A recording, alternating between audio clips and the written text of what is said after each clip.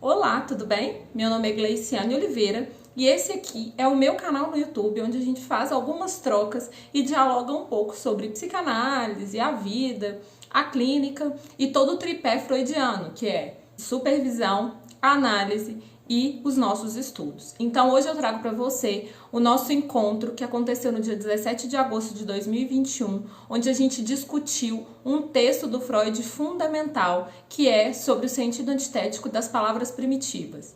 É um texto de 1910, mas a gente não ficou presa só nesse texto e fizemos uma longa caminhada durante 1h30 entre o Freud e o Lacan.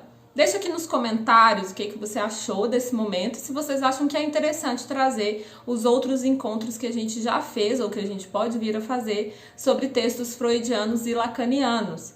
Então deixa aí no comentário, tá? Não se esqueça também de se inscrever no canal e ativar as notificações para você ser sinalizado toda vez que eu trouxer novidades para cá.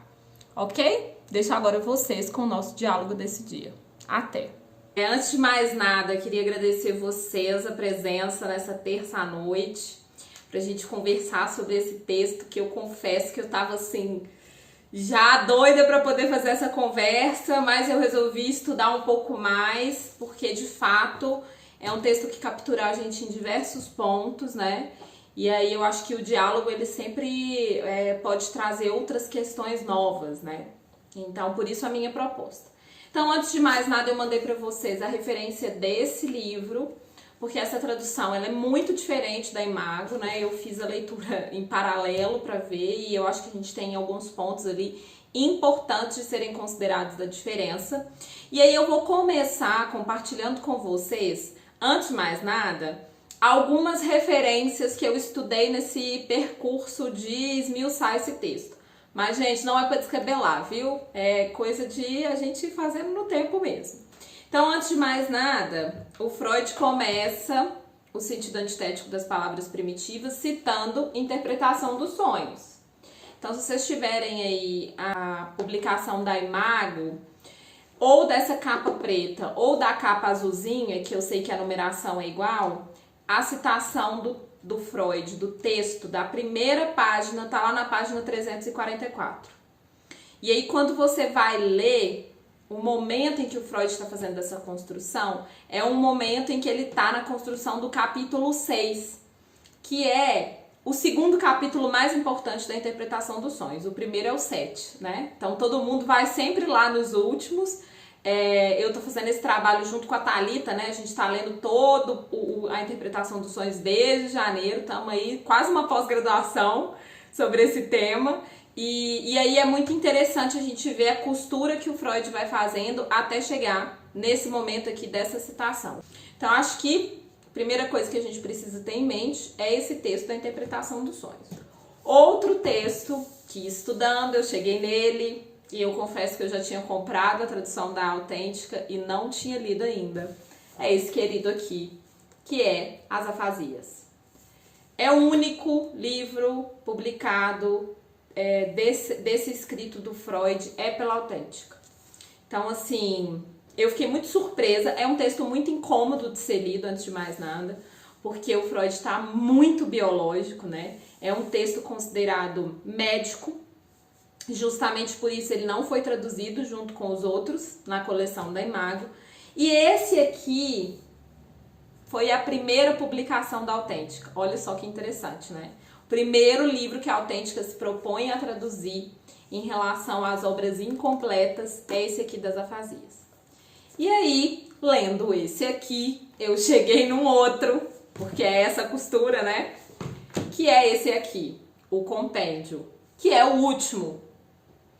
Então, o compêndio também é uma outra preciosidade da Autêntica e foi a segunda tradução da Autêntica. Então, a primeira foi As Afasias e a segunda foi o compêndio.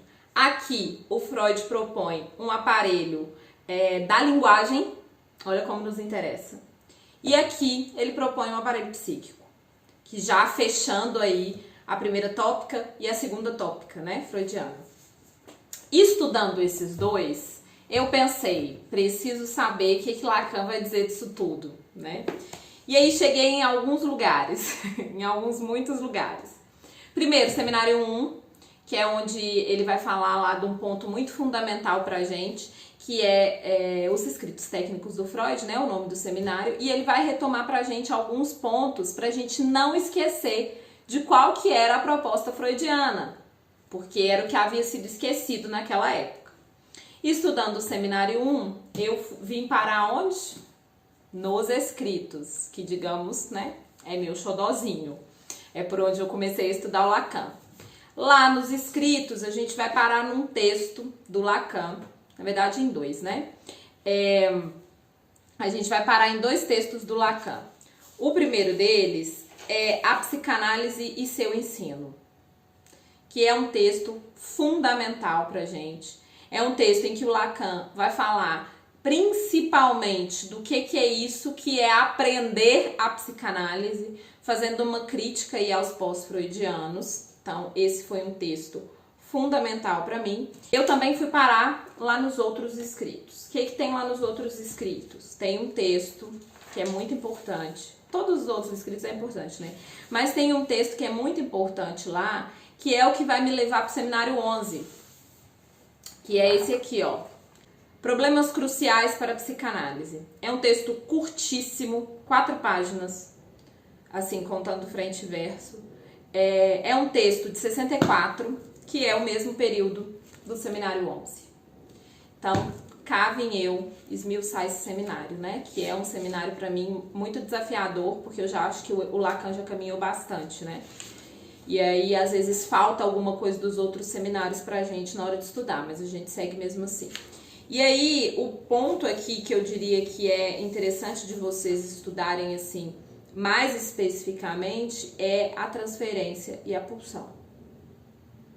Eu acho que a gente vai acabar chegando em todos esses pontos, assim, no decorrer dos nossos trabalhos. E é isso, né? Esse foi o percurso. Não se preocupem se vocês não conseguiram anotar, que depois eu vou compartilhar com vocês essa trilha, tá? Eu não mandei antes, porque eu acho que esse tanto de texto deixa a gente mais desesperado, mais angustiado do que nos prepara para qualquer discussão. Então, o foco mesmo era a gente conseguir conversar sobre esse texto do Freud, que é sobre o sentido antitético das palavras primitivas. Então, vamos lá, né? Por que eu vim parar nesse texto, né? Primeiro, deixa eu contextualizar vocês. Porque eu estava estudando a negação, que também está nesse mesmo volume aqui. E aí, que o texto da negação, eu não sei se vocês já se aventuraram, mas quem não se aventurou, eu diria que é uma boa aventura, para vocês terem uma ideia de como é que tá o meu texto todo rabiscado. Eu já li esse texto umas 400 vezes e perdi a conta. Já li em grupo, já li sozinha, já estudei com outras pessoas. Já li com uma pessoa que leu esse texto em alemão e continuo em dúvida. Tem muitas questões nele, né? Então vim parar no sentido antitético por isso e por uma questão minha que me atravessa muito, que é isso que a gente faz no Instagram, né? Que também foi uma das aulas lá do grupo de estudo sobre o início na clínica. Que comunicação é essa, né? O que a gente faz estando lá? Que tipo de linguagem que a gente consegue utilizar lá e qual é a garantia que a gente tem que o outro, né, que está do outro lado, está nos escutando exatamente como o que a gente gostaria de transmitir. Então, vamos começar o trabalho com o texto e depois a gente vai pegando outros pontos aqui das outras referências que eu trouxe para vocês. E é um diálogo, gente, é uma conversa. Então, tragam as questões de vocês também, tá? Eu achei aqui minha anotação que eu falei com vocês, né? Minha anotação diz que o último texto do Freud do Freud não, olha o ato falho, do Lacan, o Problemas Cruciais para a Psicanálise, que é de 64 e 65. E anterior a ele, porque esse está nos outros escritos, anterior a ele é Função e Campo da Fala e da Linguagem em Psicanálise, que está nos escritos e é um texto de 53, que é o mesmo período desse seminário aqui, ó, seminário 8, que também tem muita questão que a gente pode trabalhar pensando na linguagem. Ou seja, traduzindo, tudo que a gente for fazer lá no Lacan, se a gente quiser, a gente vai conseguir pegar um aspecto da questão da linguagem. Por quê? Porque o Lacan, ele vai trabalhar justamente isso que para o Freud ficou impossível de ser feito por não ter recursos, né? Que é com a questão da linguística. Então ele vai lá no Saussure e vai dizer, olha só, gente, o que tem aqui, como que a gente pode fazer uso disso? E é sobre isso que o final do texto do Freud vai trazer pra gente. Então, essa trilhazinha, né, que eu fiz, eu vou compartilhar ela com vocês, não se preocupem, tá? Porque aí talvez vocês podem ter uma luz aí no fim do túnel pra acompanhar os estudos de vocês. Então, lá no sentido antitético, primeiro, né, a palavra antitético é uma palavra que tem origem para dizer pra gente sobre oposição. Então, de cara, a gente já sabe que se trata de oposição. E aí, o que isso quer dizer? Isso quer dizer que lá nas palavras primitivas a gente tem sentidos opostos dentro da mesma palavra, que é justamente o ponto que o Freud vai trabalhar aqui. Por que ele começa com a interpretação dos sonhos? Porque lá na interpretação dos sonhos ele vai dizer: no sonho não há negativa, no sonho não há negação. Tá vendo como manda a gente lá pro texto da negação? Só que no caso eu fiz o trabalho inverso, né? Eu já tava lá e vim pra cá. Então, quando a gente chega lá no Freud e a gente lê essa frase, o não parece não existir para o sonho. Fica muito perigoso ficar só com esse fragmento, né? Então eu preciso seguir, porque ele está dizendo: o sonho também se dá a liberdade de representar o seu oposto de representar um elemento pelo seu oposto de desejo. Qual que é a pergunta do Freud na interpretação dos sonhos? A pergunta do Freud é: todo sonho é uma realização de desejo?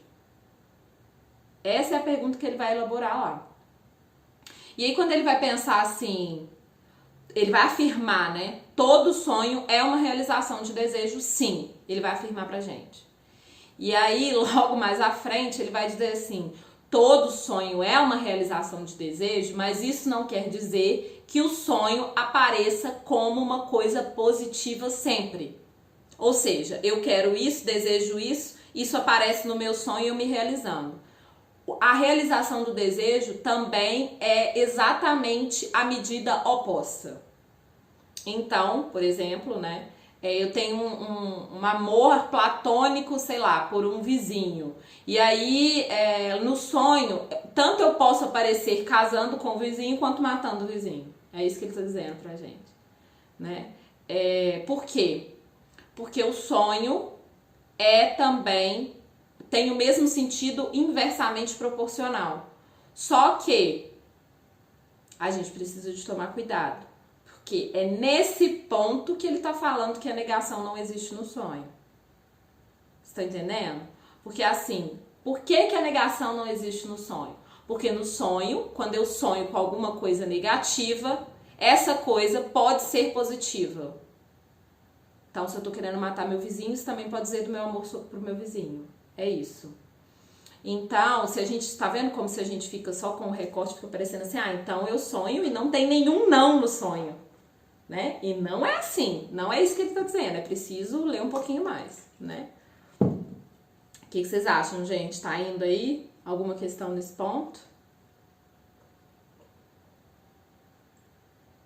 Então, vou seguir mais um pouco.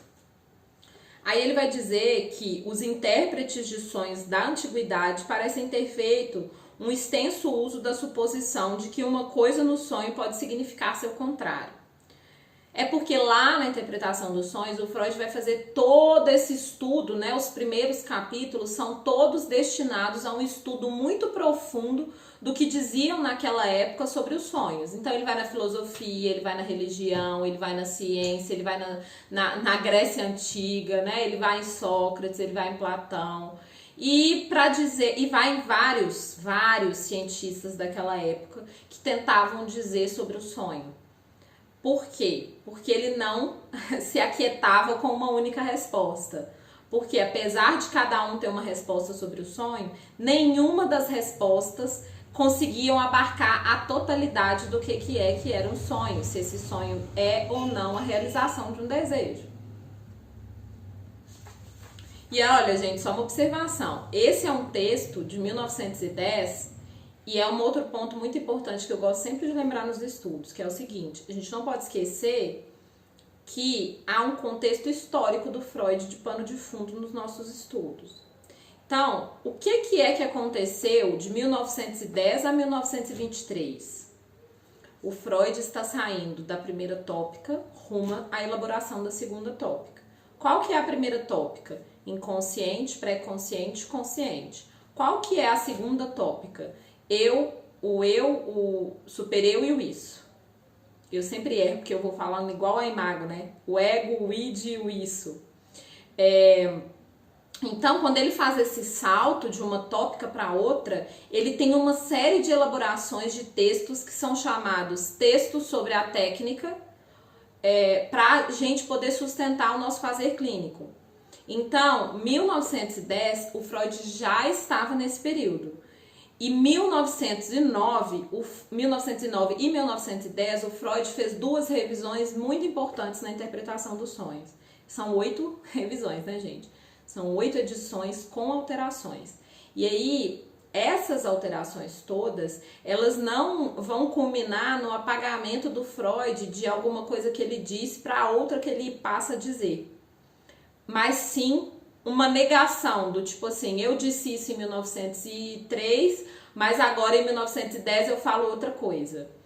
Por quê? Porque ele não apaga pra gente o processo de construção dele, o que é maravilhoso, né? Que é o que ele sempre fala nos textos, de nunca se esgotar a possibilidade de revisar a psicanálise, né? Que a psicanálise não estava finalizada. Um pouco mais pra frente, a gente, lá na página 60, a gente tem o encontro do Freud com o trabalho do Abel. O Abel foi uma pessoa fundamental. O Freud foi muito criticado na época desse texto, porque diziam que ele tinha feito um plágio do texto do Abel. De fato, parece mesmo, porque tem até o mesmo nome. O mesmo nome, gente, o mesmo nome. E aí, esse texto, como foi criticado e considerado muito como uma cópia, as pessoas não consideraram isso durante muito tempo. E até hoje consideram pouco em relação ao tanto que ele diz, né? E aí ele vai dizer assim num ponto: o interesse do tema justificará que eu citei aqui, literalmente, as passagens decisivas do ensaio do Abel. De fato, estaremos obtendo esclarecimento surpreendente de que a indicada prática do trabalho do sonho coincide com uma peculiaridade das mais antigas línguas conhecidas por nós. Está lá na segunda página aí, quem está com o PDF, tá? Quem está com o livro na página 60. Então, ele começa a justificar por que ele vai trazer a citação do Abel, né? Ele está trazendo porque o Abel já tinha feito esse estudo que ele afirmava que era importante. Aí a primeira citação já é sobre a língua egípcia, dizendo que havia um número considerável de palavras com 2 significados, dos quais um era oposto do outro. Gente, vocês imaginam a confusão? Porque eu já imaginei essa confusão, assim. Você tem que ler, além da palavra, o desenho que vem por trás. Ele vai chegar nisso, né? Mas a mesma palavra que significava forte era a mesma definida para fraco. Então, assim, quando eu comecei a ler, quando eu li esse texto pela primeira vez, eu falei, gente, como que esse povo fazia essa separação? Porque, assim, eu não consigo, porque são 2 concepções opostas, né? Como é que faz? Como é que faz para separar? Né? E aí é o trabalho que o Abel vai trazendo. Lá na página 61, ele já vai dizer pra gente, tem uma citação, né, que diz assim: em vista deste e de outros casos semelhantes de significação antitética, não pode haver nenhuma dúvida de que pelo menos em uma língua existiu uma abundância de palavras que designassem ao mesmo tempo uma coisa e o oposto dessa coisa. Por mais assombroso que pareça, estamos diante de um fato e temos de reconhecê-lo. E aí eu fiquei pensando muito em algumas coisas engraçadas da nossa língua portuguesa, né? Por exemplo, né? Tudo junto escreve separado e o separado escreve tudo junto. Coisas que parecem bobas, né? Mas que se você pensar, é justamente sobre isso aqui também, né? Porque se você pensa que uma coisa precisa de 2 palavras para ser definida, enquanto a outra, que teoricamente seria sobre 2 coisas, porque separado separa, né? Ela é escrita com uma única palavra, a gente já tem aí um bom exemplo na nossa língua do que seria essa coisa da representação pelo seu oposto, né? Aí aqui embaixo ele já traz uma citação do Egito, né, que ele diz assim: mas o Egito não era de modo algum a terra do absurdo. Ao contrário, ele foi um dos mais antigos berços da razão humana. Ele conheceu uma moral pura e digna e formulou boa parte dos 10 mandamentos, enquanto os povos pertencentes à atual civilização tinham o costume de sacrificar vítimas humanas aos ídolos sedentos de sangue. Por que ele está falando isso, né? O Abel está tentando justificar para a gente que, na verdade, isso que era essa língua cheia de equívocos, no entanto, apesar de parecer cheia de equívocos, não era por uma falta de inteligência, né? Que, na verdade, do que se trata é porque é assim que se constitui uma língua. E quando a gente pensa nisso, a gente, inclusive, para de achar que tudo precisa de ter explicação lógica, né? Que é o esforço do Freud de dizer isso aqui pra gente. A linguagem não tem muita lógica. É isso que ele tá falando, né? Porque naquele tempo, naquele momento, de fato, para ele, a linguagem era apenas a linguagem. Ela passa a subir de patamar, né? Quando ele passa a entender, lá com os casos clínicos, principalmente com o caso Anaó, que na verdade a linguagem era a sacada de tudo, né? Que era a partir da linguagem que o sujeito se colocava no mundo. Ele vai dizer desse jeito? Não, quem vai formular desse jeito é o Lacan, né? Mas o Freud já falava isso sem dizer desse jeito. E não sou eu que estou dizendo isso não, é o Lacan que fala isso pra gente mesmo, de dizer, olha, o Freud já falava dessas coisas, vocês que não prestaram atenção, vocês que não leram direito, né? E aí, como é que tá aí pra vocês, gente? Tá tudo bem? Conversem comigo, não fiquem caladinhos, não, tá? Vou trocar uma ideia, tá bom? Como é que é, Fernanda? Esse é um texto muito bom pra gente pensar muita coisa, gente. Assim, muita coisa da nossa linguagem mesmo, sabe? Da linguagem cotidiana, né?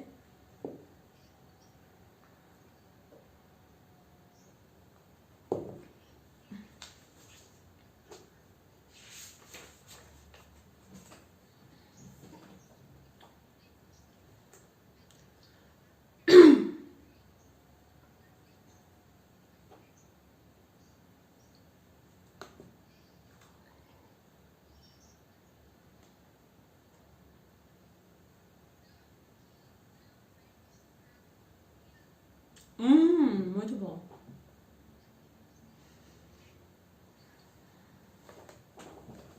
Aqui que é a seguinte, que eu nem tinha elaborado isso, né, gente? Olha como o estudo em grupo é importante. Que é o seguinte, o não existe só no sonho, né? O Freud está dando o exemplo do sonho pra gente, mas ele vai dizer que a estrutura do sonho, ela também pode ser aplicada a outras questões. Por quê? Porque o sonho é isso, que é uma aberturazinha desse tamanhozinho, sai o sujeito inconsciente, daí a pouco fecha, né? E aí era só um sonho, né? Que é o que a gente escuta muito na clínica. Ah, mas era só um sonho. Então, o sintoma também é isso, né? Então, o paciente diz, estou com muita dor de coluna.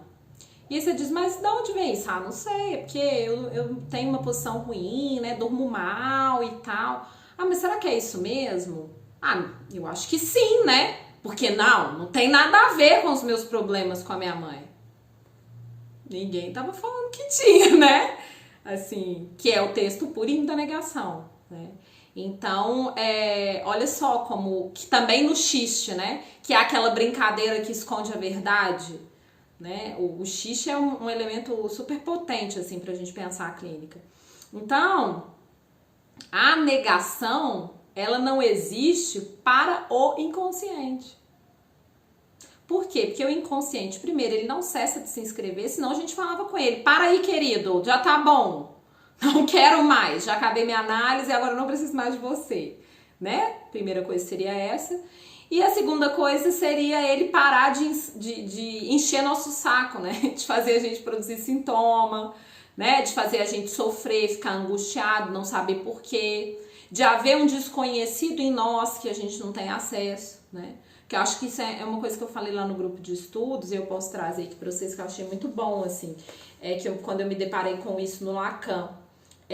que é o seguinte, o sujeito, ele não é só dividido em dois, né? O sujeito que eu quero dizer, e a pessoa do analisando, ela não é só dividida em dois, ela é dividida em quatro, né? Ela é dividida entre o eu do sujeito que ele desconhece, o sujeito, que é o sujeito do inconsciente, e uma outra parte desse sujeito do inconsciente que ele também desconhece. E aí vai essa pessoa para análise bater lá na nossa porta do consultório para poder falar. E aí começa com essas questões todas dessas negações, né? Então, acho que esse é um ponto que você me fez pensar, e assim, né? A questão da negação, ela está para o inconsciente. E aí a gente já pode chegar naquela afirmativa do Lacan, que é dizer que o inconsciente é estruturado como uma linguagem. Que tá solta aí essa citação aos 7 ventos, todo mundo fala isso o tempo inteiro, mas a gente precisa saber o que é que o Lacan tá trazendo com isso, né? Porque ele já traz isso lá no seminário 1.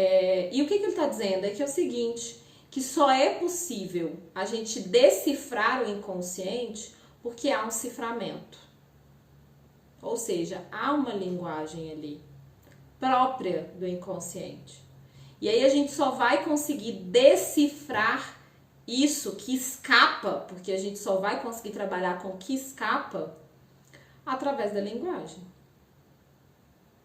Né? Então, quando o sujeito diz não era o sonho com a minha mãe, era o sonho com a mãe.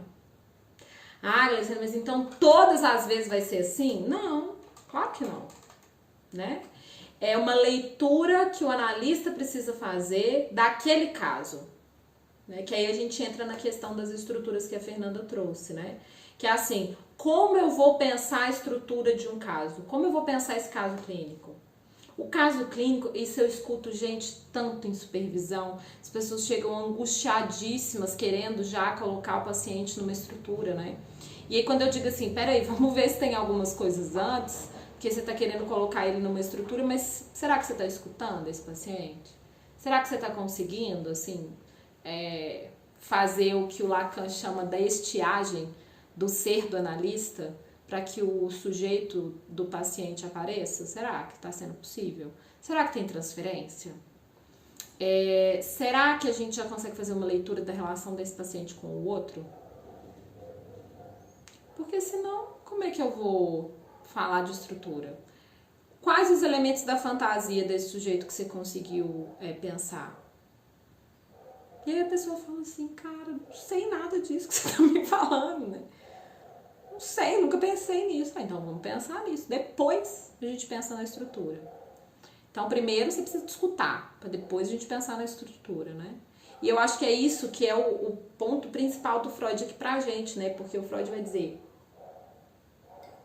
tudo que é dual tem a ver com a psicanálise. Porque é sobre isso, né? A nossa estrutura de sujeito fendido, né? Partido, completamente partido, fragmentado, né? Que vai ser possível da gente trabalhar. Porque senão a gente fica esperando a totalidade do inconsciente do paciente aparecer ali na sessão, né? Você vai ficar igual aquele meme das caveirinhas, né? Deitado esperando com o copo na mão, né? Porque não é por aí. A gente vai trabalhar com o que o paciente traz. Muitas vezes também aparece em supervisão, né? A pessoa dizendo, porque eu acho que se essa paciente falasse mais do marido, se essa paciente falasse mais da mãe, a gente conseguiria trabalhar outras coisas. Mas ela trouxe isso? Não. Então talvez não seja uma questão agora, né? E aí tem que fazer essa leitura, assim. Realmente, a Alana, eu já passei por essa experiência. Uma paciente que me pediu para supervisioná-la, assim. E eu disse para ela assim, olha, eu não acho que é o momento. E foi muito interessante, porque foi meio que um ato analítico, né? Porque eu acho que se eu tivesse pensado, talvez, imaginariamente, né, eu teria construído a possibilidade de fato dar supervisão para ela. Mas não, foi um ato, eu disse pra ela, não é o momento, vou te indicar uma pessoa. E aí eu indiquei uma pessoa pra ela. Mas eu acho que para algumas pessoas funcionam muito bem essa coisa de fazer supervisão com o analista, assim. Eu conheço psicanalistas que fazem isso há muito tempo, inclusive. Mas eu tenho uma observação sobre a supervisão que eu acho que é uma coisa que me foi muito cara de aprender, que é o que eu, inclusive, já escrevi num texto lá no Instagram, que a gente não deve fidelidade ao padeiro. Porque eu acho que isso seria uma relação difícil pra mim de um dia dizer assim, não vou fazer mais supervisão com o meu analista, sabe? Ainda não dou conta disso, não. Então eu prefiro assim, faço supervisão com uma pessoa, tem uma pessoa específica que conhece os meus casos na clínica, toda vez que aparece um caso novo eu sempre procuro por ela, mas vez ou outra eu dou uma visitada no quintal do vizinho, sabe, assim, vou ali ver como é que tá o caso na visão de uma outra pessoa. E aí eu fico me perguntando sobre isso, sabe, se há espaço para poder pensar nessa retirada, assim, sabe? Que vai possibilitar que a gente se coloque no mundo e que a gente se faça nesse remendo, né? Nessa costura, um elemento daqui, um elemento dali, eu pego um recorte daqui, um recorte dali, e é isso que vai possibilitar eu ser o que eu sou, né? Isso não é o copia e cola, né? O Ctrl+C, Ctrl+V. O Ctrl+C, Ctrl+V é justamente abrir mão disso, né? De poder capturar um elemento do outro, de trazer para si e de fazer aquilo ser também seu. Eu lembro muito de algum tempo atrás na minha análise, eu dizer pro meu analista assim, eu quero arrancar esse pedaço de mim, porque isso não me representa. E aí ele dizia assim, mas isso, se você arrancar, você arranca você, porque isso também é você. E eu acho que essa intervenção foi muito preciosa, porque isso é o saber fazer com o sintoma. Porque não tem jeito de recortar o quadradinho, tirar e jogar fora, né? Porque senão a gente estaria fazendo isso com uma parte preciosa nossa.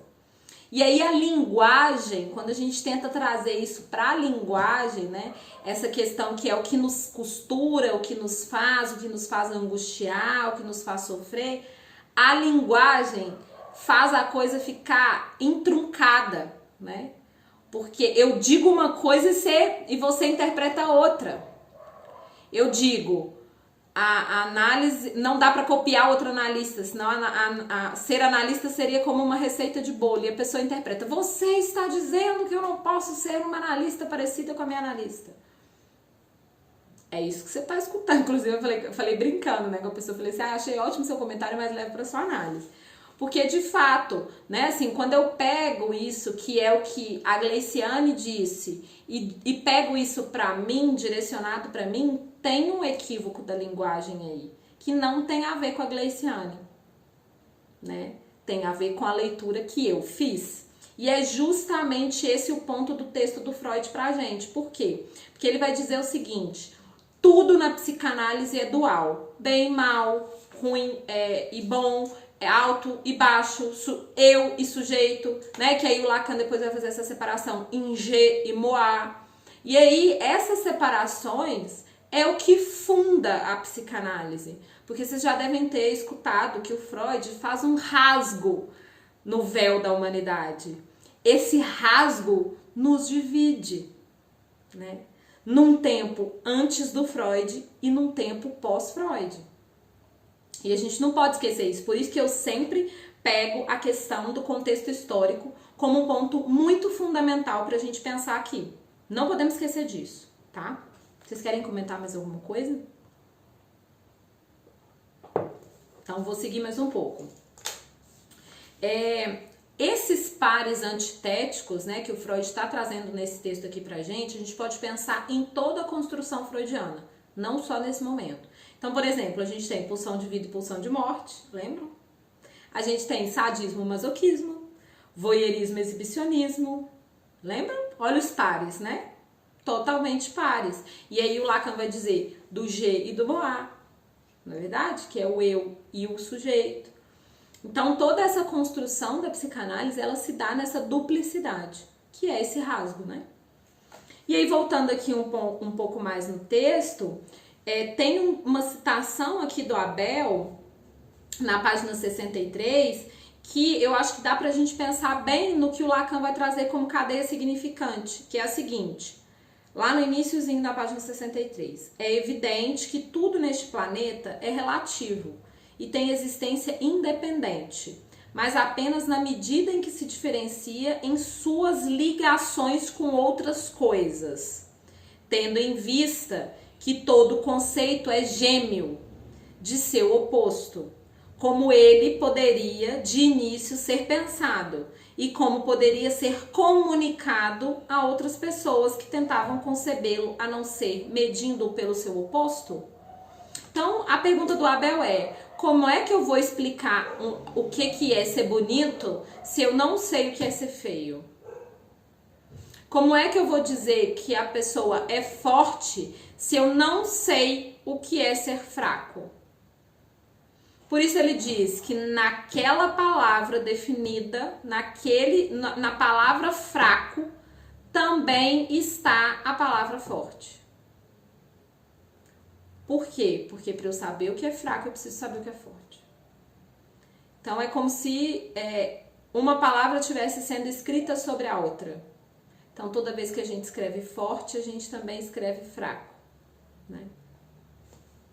Vejam se isso não é bonito, gente. Isso é tão poético, né? E aí a gente pode pensar muito a cadeia de significantes, porque o Lacan vai dizer, né, que o significante por si só não significa nada. Ele tem apenas um signo e um significado. Ele não é um significante se não houver um par. Se o sujeito se define como, sei lá, sou depressivo, o que é ser depressivo? Porque ser depressivo não significa nada. Apesar do DSM querer dizer pra gente um monte de coisa que isso significa, né? Mas para o sujeito, para aquela pessoa que está ali na sua frente, o que é ser depressivo? Quando a pessoa te diz ser depressiva é ficar na cama, eu não conseguir levantar, eu não conseguir comer, eu não conseguir tomar banho, eu não consigo trabalhar, não consigo fazer as minhas atividades comuns da vida, eu não sei o que eu faço, porque eu tô com depressão, tá? Então, da onde vem isso? Aí se dá a nossa investigação, né? Porque de fato é uma investigação da origem desse sintoma. De onde tá os pares antitéticos originais? Que é o que o Lacan vai chamar lá no seminário 9, da identificação, o traço-nário. E ele vai citar o traço-nário no texto Problemas Cruciais para a Psicanálise. E ele vai dizer que o traço-nário se apaga quando o sujeito lança a mão de um significante. Essa marca inicial vai se apagar quando o sujeito se cola num significante. E aí, o trabalho do analista é justamente de saber que significante é esse. Porque não necessariamente esse significante está sendo dito. Por exemplo, eu tenho um paciente que ele fala sempre assim: ah, porque minha mãe vive se mudando. A gente se muda pra lá, a gente se muda pra cá, e fala o nome de um tanto de cidade, né? A gente se muda pra cidade tal, a gente se muda pra tal, a gente se muda. Qual que é a queixa da mãe dele quando ele chega? Eu não sei o que fazer com meu filho porque ele não fala. Olha só. Se muda, né? Olha como é bonito, né? O que o sujeito faz com isso? O que o sujeito faz com esse significante? Quando ele... É muito engraçado porque a mãe dele diz, ele não fala. Primeira sessão ele fala 30 minutos sem parar. E aí é muito interessante porque ele começa a ter... ele tá com 11 anos, né? Ele começa a colocar essa mãe dizendo pra ela assim: mas eu sei o que eu tô fazendo. Mas você não me dá nem a chave do meu quarto. Eu não tenho privacidade nessa casa. Ele começa a demarcar, né? Ele começa a colocar a mãe pra fora. Ele tira ela da cena, né? E aí ela me procura e diz: eu não sei o que tá acontecendo, porque meu filho agora cismou que quer ficar com a chave do quarto. E aí eu encaminho ela pra uma análise, claro, né? Ela tá fazendo análise também. Mas assim, olha só como o significante se muda, é da mãe. É a mãe que se muda.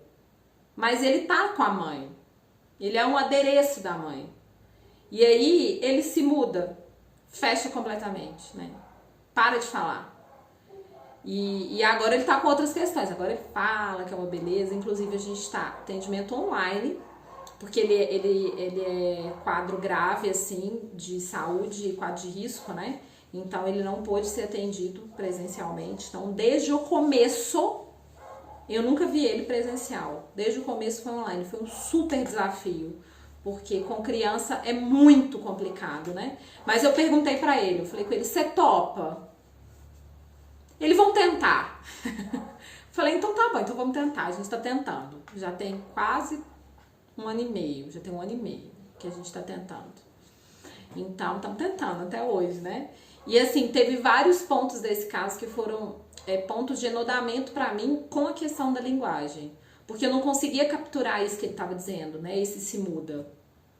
E aí a gente vai trabalhar com isso, assim, é bem interessante. Então, eu acho que essa questão da cadeia significante, que o Lacan vai trabalhar lá nesse texto dos escritos que eu tô falando para vocês, ele vai dizer assim, não é possível que o analista deixe de ser para atender. Porque ele é. Não tem jeito dele deixar de ser. O que deixa de aparecer é o sujeito do analista. Que aí é o que ele vai falar lá nos escritos, no Variantes do Tratamento Padrão, que é a estiagem do ser do analista, né? Gente, essa palavra, ela tá comigo assim, guardada numa caixinha preciosa, porque eu acho que é uma palavra magnífica para dizer da nossa retirada da cena, assim. Porque o pessoal fica tratando como se o analista fosse vestir uma pele de cordeiro, entrar no consultório, ele se apaga, vira um blasé e quando ele sai do consultório ele tira e ele volta a ser gente. Não é assim, né? A gente é gente, né? Pô, eu sou um monte de coisa para além de trabalhar com a psicanálise, de ser analista em alguns momentinhos, né? Então, assim, não tem jeito de apagar. Então, eu gosto dessa palavra estiagem, né? Gosto dessa coisa que parece o que o Freud chamou de suspensão, né? Mas vamos seguir mais um pouco aqui. Lá embaixo na página 63, o Freud diz o seguinte: como a linguagem serve não apenas para a expressão dos próprios pensamentos, mas essencialmente para comunicá-los aos outros. Podemos levantar a questão de como o egípcio primevo dava a entender a seu próximo a qual parte do conceito dual ele estava se referindo a cada vez. Na escrita, isso acontecia com o auxílio das assim chamadas imagens determinativas, que colocadas atrás dos caracteres alfabéticos indicavam seu sentido, mesmo não sendo adequadas para a pronúncia. Olha só, a língua não dá tanto conta que o povo foi desenhar, gente. As pessoas foram desenhar para conseguir explicar o que elas queriam dizer, né? E olha como esse é um elemento importante na nossa clínica, né? O desenho. E aí o Freud vai falar um pouquinho mais para frente em outra citação do Abel na página 64 sobre as palavras ambíguas e vai dizer um pouquinho mais para baixo sobre a separação das palavras ambíguas e sua nova escrita. Então ele continua dizendo como é hoje, né? E aí ele vai dar diversos exemplos na página 64, 65, 66 e 67 de palavras em diversas línguas que são ou muito parecidas ou completamente opostas no som, mas que têm o mesmo sentido, né? Ele vai ficar ali se debruçando durante algum tempo sobre isso, para dizer pra gente das inversões fonéticas também, né? Que é isso, que o que parece numa língua ser uma coisa e na outra língua outra, mas é a mesma coisa. E aí, lá na página 67, ele vai dizer assim: olha aí, Fernanda, você que lembrou das crianças. Lembramos-nos de como as crianças gostam de brincar com a inversão fonética das palavras e do quanto é frequente o trabalho dos sonhos se servir para diversos fins da inversão do seu material figurativo. Nesse caso, não são mais letras, mas imagens cuja série é invertida. Portanto, estaremos mais inclinados a remeter a inversão de som a um fator de origem mais profunda. Ele está dizendo que as crianças trocam, né? Quem aí não lembra de uma criança, ou na sua infância, ou hoje na vida adulta, uma criança que você olha e não troca o R pelo L, o B pelo P, né? O M pelo N? Essa inversão fonética, para a criança, não tem muito sentido, porque ela ainda não conhece o sentido das palavras. Então, para ela, ela tá repetindo a palavra que você está dizendo, mas ela tá falando outra palavra, né? Por exemplo, tem uma amiguinha do meu priminho que ela fala ermelho. Não é vermelha, ermelho. E aí eu digo pra ela assim, não, mas que cor é essa? Ela, ermelho. Eu digo, não, vermelho. E aí ela diz, sim, ermelho. Né, assim, pra ela tá dizendo. Ela tá dizendo. Por quê? Porque ainda não tem essa elaboração tão impregnada como nós adultos. E aí a gente pode pensar no banho da linguagem que a criança toma quando chega a esse mundo. Mas primeiro nós vamos terminar esse último parágrafo para eu entrar um pouquinho mais em Lacan. Gente, já são 8h36, tá? Só para variar, eu não tô conseguindo falar no tempo de 1 hora que eu imaginei, mas tudo bem, vamos seguir. Só mais um pouquinho, prometo. Esse último parágrafo do Freud é o ponto da gente pensar Lacan. Esse, para mim, o primeiro parágrafo e esse último parágrafo são os parágrafos mais importantes. Por quê? Porque aqui ele vai dizer o seguinte, vou ler o parágrafo todo, tá? A gente vai trabalhando ele. Na concordância entre a peculiaridade do trabalho do sonho, destacada no início, e a prática, descoberta pelo pesquisador nas línguas mais antigas, podemos ver uma confirmação da nossa concepção sobre o caráter regressivo, arcaico, da expressão dos pensamentos no sonho. E a nós, psiquiatras, impõe-se como uma suposição incontestável o fato de que entenderíamos melhor a linguagem do sonho e o traduziríamos com mais facilidade se soubéssemos mais sobre o desenvolvimento da linguagem. Aí o que Lacan faz? Freud, é pra já, vou atender sua demanda, vou resolver isso aqui agora. Vou lá no Saussure e vou entender o que é que a gente pode usar para trazer aqui para psicanálise. E aí é quando ele vem com a questão do signo, do significado, do significante. Então, aqui a gente tem uma deixa, né, de que precisamos falar mais sobre a linguagem. E quando a gente vê essa deixa do Freud, a gente precisa de pensar nisso que eu disse anteriormente, né? Que é esse dualismo fundamental da psicanálise. Essa coisa que está na obra inteira do Freud, né? E aí o Freud vai trabalhar isso e o Lacan vai trabalhar isso na teoria dos significantes.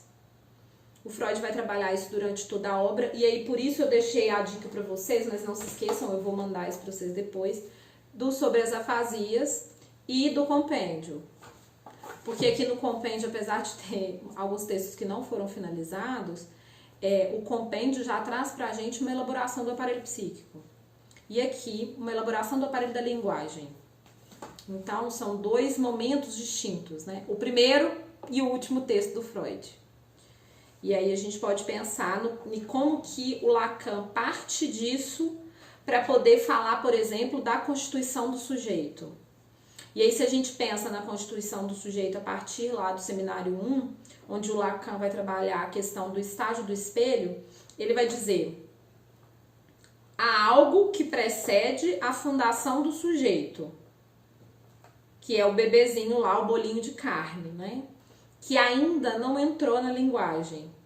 Ele já está sendo dito, mas ele não entrou na linguagem ainda. Quando ele entra na linguagem, aí vocês podem vir aqui, escritos, estágio do espelho. Que aí o Lacan vai dizer pra gente que o bebezinho entra na linguagem por volta dos 6 aos 18 meses.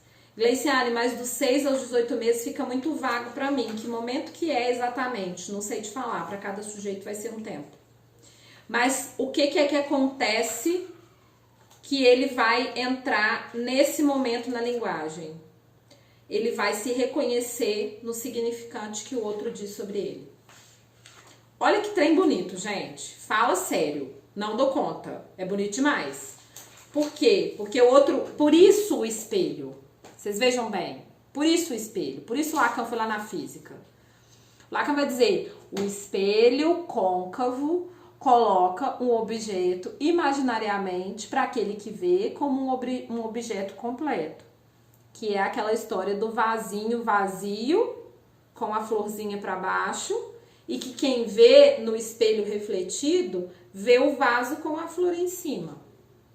Mas a gente não pode esquecer que o que é visto, né, no vaso com a flor não é visto de maneira nítida. A imagem é embaçada. Não sei se vocês já viram aquele esqueminha de perto, né? No esqueminha dá pra gente ver que a imagem refletida lá não é uma imagem nítida. E aí o Lacan vai usar isso para dizer assim, o sujeito captura aquele significante que o outro diz. Olha que bebê lindo, olha esse aqui vai ser médico, nossa como ele gosta de gritar, vai ser cantor. Né? Esses elementos o sujeito captura ali pelo espelho, porque ele e o outro se separam ali, eles deixam de ser uma coisa só. Né? O restante dessa separação vai acontecer na adolescência, mas inicialmente a linguagem já faz isso, porque ela inaugura um sujeito.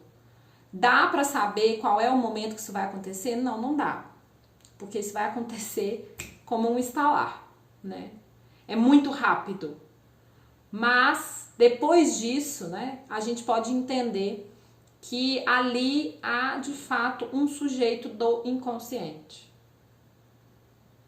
O que é belíssimo, né? E aí, o Lacan vai dizer daquilo, né, que eu acho que é importante a gente retomar, que é o seguinte, o significante não representa nada sozinho. Só vai representar se tiver outro significante. Por isso que o bebê já faz essa identificação com esse significante. Porque aí o outro diz e ele diz também, temos temos um par aí, né? Um par antitético. E aí o Freud, né, ele vai ter uma tentativa de encontrar, nesse estudo que ele faz, o sentido antitético das palavras, de encontrar uma congruência, né, um ponto em comum entre o sonho e a língua egípcia. E aí é que ele vai dizer daquela história toda do sonho ser a representação de um desejo, mesmo que pelo seu contrário. Gente, eu acho que é isso que eu queria compartilhar com vocês, assim. De fato, é impossível esgotar esse texto, mas a gente pode trazer algumas questões a partir disso que eu trouxe para vocês. A ideia é mesmo deixar vocês aí com as suas questões, para vocês elaborarem, mas queria conversar um pouco, saber se vocês têm alguma questão com o texto, alguma questão com o que eu falei, alguma dúvida, alguma angústia aí que já leu sozinho e não rolou, vamos compartilhar. Sou toda ouvidos, vamos lá. Ver, né, que o sujeito supõe que temos, não há análise possível, porque aí o que há é o sujeito do analista, né, apenas e só. Mas sobre o movimento do freudo-lacanismo, ai gente, tenebroso, né? Que defende esse movimento, inclusive, de um estudo do Lacan sem o Freud. E aí eu fico me perguntando, né, o que seria um estudo do Lacan sem o Freud, sendo que o Lacan voltou no Freud inúmeras vezes, inclusive para dizer que não concordava com o Freud. Inclusive, ele volta no Freud para criticar o Freud, para dizer assim, olha, o Freud foi até aqui, agora eu vou avançar. Outra coisa, antes do Lacan ser o Lacan, né, que a gente conhece hoje, o Lacan já era dentro da escola responsável pela transmissão dos estudos do Freud. Então, Lacan não começa do nada, né, de repente o cara quer dar um seminário. Não, ele já estava lá dentro da escola, estudando Freud, muito antes de falar do Freud, em público, né? Cara, que legal, eu tô conseguindo então transmitir o que eu gostaria, que é isso, né? Um retorno ao Freud, sem abandonar o Lacan, né? A gente falou aqui de Lacan em vários momentos, as referências, inclusive, desse texto, que eu trabalhei nesse texto, foram muito mais lacanianas do que freudianas, né? Então, assim, no seminário 11 inteiro, o Lacan tá falando dessa questão da linguagem. Então, eu não acho que tem jeito de fazer uma coisa sem a outra, assim. Não mesmo. É a mesma coisa do Instagram, né? Assim, as pessoas entendem que o que está sendo colocado ali é direcionado para elas por uma questão muito narcisista, egóica, né? Porque o Instagram é meu, né? Eu tô colocando ali o que me atravessa. Então, assim, como que esse elemento que é do Instagram, que aparece no Instagram, também aparece na nossa clínica, né? E como que o nosso posicionamento é muito diferente, porque na clínica, se o paciente diz, nossa, o seu cabelo, você cortou o cabelo, igual eu cortei o meu cabelo há uns meses atrás. Você não vai dizer pra ele assim, ah, mas o cabelo é meu, faço do meu cabelo o que eu quiser, né? Você vai dizer, olha, é mesmo? Como é que foi isso?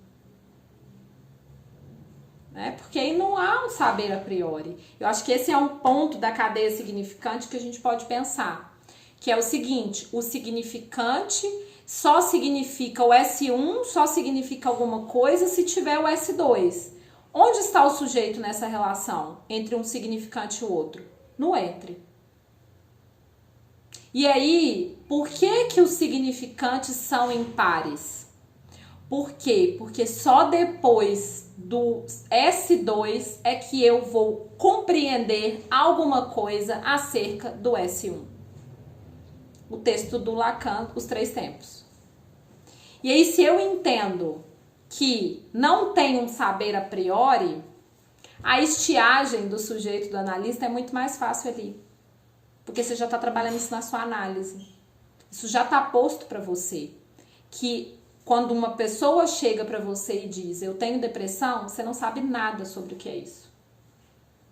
Né? E a gente só não sabe nada sobre o que é isso por causa da cadeia de significantes. Né? A teorização do eu daquela época que o Lacan vai criticar era o uso que principalmente os estadunidenses estavam fazendo da psicanálise, que era a produção de analistas em massa. Então havia definições muito claras do que era o ser do analista e ele precisava de cumprir todas aquelas etapas para ele conseguir se dizer analista. Ou seja, não leram Freud. Aí o Lacan vai dizer, gente, vocês não leram Freud, olha o que vocês estão fazendo. Vou voltar lá no Freud e vou explicar tudo para vocês de novo. E aí ele vai explicar pra gente. Só que ele não explica só no ponto do pedagógico, porque ele não é nem um pouco pedagógico. A elaboração que ele faz é um avanço, né? É um para além. É chegar no Freud, criticar, apontar aquilo que não funciona e dizer, olha, gente, a partir desse ponto aqui, a minha sugestão de possibilidade de trabalho é essa. Né? Porque você também pode ser só freudiano, você pode ser o que você quiser. Né? Você pode ser o que você quiser. Agora, fazer uso do que Freud disse de uma maneira distorcida, não, é fazer uso da psicanálise de uma forma ética. E aí a gente pode pensar, por exemplo, no caso da Melanie Klein, né? Que foi quem, nos atendimentos com crianças, incluía significantes nas cadeias daquelas crianças, né? E como que ela fazia isso? Porque ela construiu uma teoria sobre isso. Teoricamente, ela sabia o que ela estava fazendo. Tudo bem, mas isso não é psicanálise. Né? Recentemente, uma pessoa me procurou para supervisão e disse, olha, porque eu faço formação numa escola espírita de psicanálise. E aí eu disse, oi? Né, assim, como assim? Né? E a gente conversou um pouco sobre isso. E eu disse para ele, olha, eu não posso supervisionar. Infelizmente. Não é por aí que eu trabalho. Meu trabalho é assim, assim, assim, assim, assim. Eu trabalho com Freud, Lacan, não trabalho com religião. E aí ele ficou muito assustado, assim, e depois de algumas semanas ele me procurou dizendo que ele tinha saído da escola e que ele não sabia muito bem o que fazer, né? Eu disse, vai pra sua análise, né? Vai fazer análise. Porque senão cai nesse lugar, né? De que a gente vai sempre responder o que tem ali como uma questão. E não é por aí, né? Se a gente responde, a gente tá fazendo o que com a psicanálise, né? Mas enfim, meninas, porque Silvio saiu, agora eu posso falar meninas. Foi muito bom nossa conversa aqui hoje, eu gostei muito. Esse, como eu disse pra vocês, é um texto que não se esgota. Eu vou encaminhar pra vocês amanhã a minha trilha que eu fiz em relação essa construção. Por nada, Fernanda, eu acho que foi ótimo. Esses momentos me enriquecem muito também, muito. Obrigada, Alana. Espero nos encontrarmos em outros momentos, viu? Porque é engraçado, né? Como o Instagram vai, quando a gente faz um uso dele que é possível, como ele vai enlaçando a gente com as pessoas, né? Assim, Jamila tá aqui porque já conheço, Fernanda a gente troca figurinha, né? Camila também, Camila é minha vizinha aqui, o Silvio também vizinho, né? De onde que você tá falando nisso, Alana? Qual cidade? Gente, que maravilha, todo mundo vizinho, então. Que a Fernanda tá em Pouso Alegre, né? Tá numa ótima cidade, né? Mariana é uma lindeza. Mas é isso, gente. Muito, muito obrigada, tá? Desculpem aí esse prorrogamento do horário. Eu imaginei que fosse ser 1 hora só e aí deu mais do que eu imaginava, mas foi uma boa conversa, né? Vou pensar outras propostas, viu? Se vocês tiverem sugestão, me mandem lá pra gente poder estudar junto. Ótima noite pra vocês, viu?